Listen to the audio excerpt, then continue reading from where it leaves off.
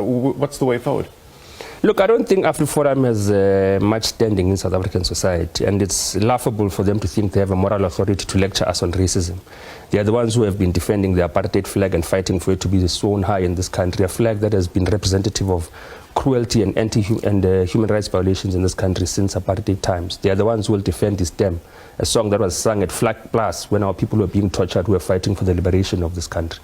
So there's no moral authority that Afriforum has, but also there's no numerical authority they will ever have to undermine the growth of the EFF, to undermine the influence of the EFF in terms of the public debate in society. There's nothing they can do.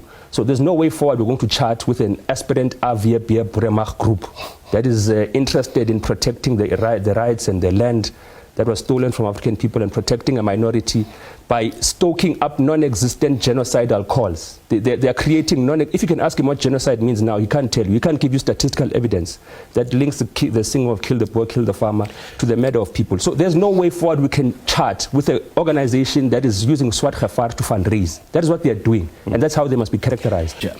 I think Afriforum are the most skilled people at manufacturing non-existent evidence.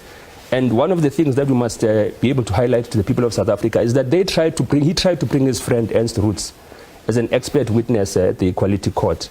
Ernst Roots was dismissed as the fast that he was with his book that they wrote after drinking brandy and coke. They were dismissed from that court because they thought that what they were doing, because they are white and because they think their opinion can change legislation, they think their opinion is fact. They went to a court with their opinions and they were dismissed and thrown out of that court. And now he's generating another false opinion that white farmers die at a higher rate than police officers who are fighting crime in this country.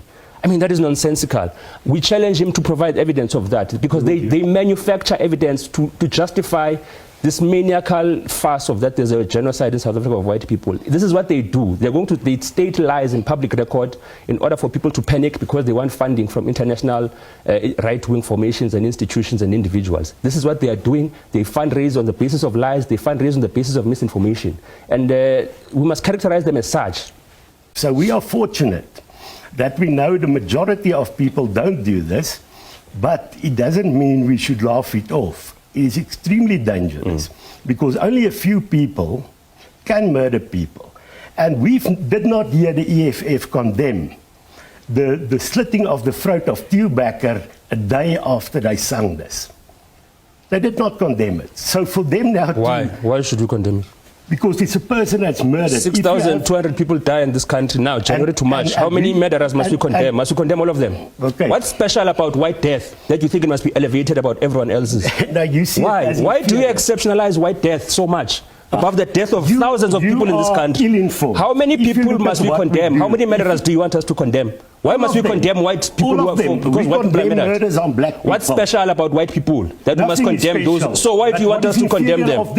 Why must we condemn specific murderers? Why do you want us to condemn specific murderers? On what basis? Because what logic are you using? That they should be murdered. You know, the lack of sophistication that we're dealing with here, because we've explained time and time again that kill the poor, kill the farmer is a chant against the system of oppression, a system of economic exclusion of black people at the benefit of whites, a system of exclusion of black people from land, from mineral wealth, from the means of production. We've explained this. The court has accepted this logic. The court has stated this logic.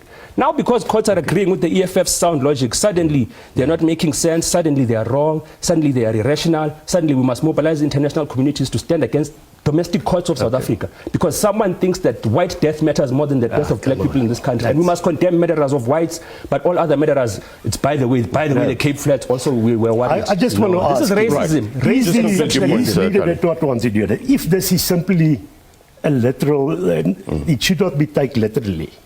Would he give an undertaking that the EFF will not call for the slaughter of white people? We'll never do that. Okay, so it's clear. We won't take an instruction to take undertakings by you. We're not going to take any instruction to make any undertaking from a Buremach AVP aspirant.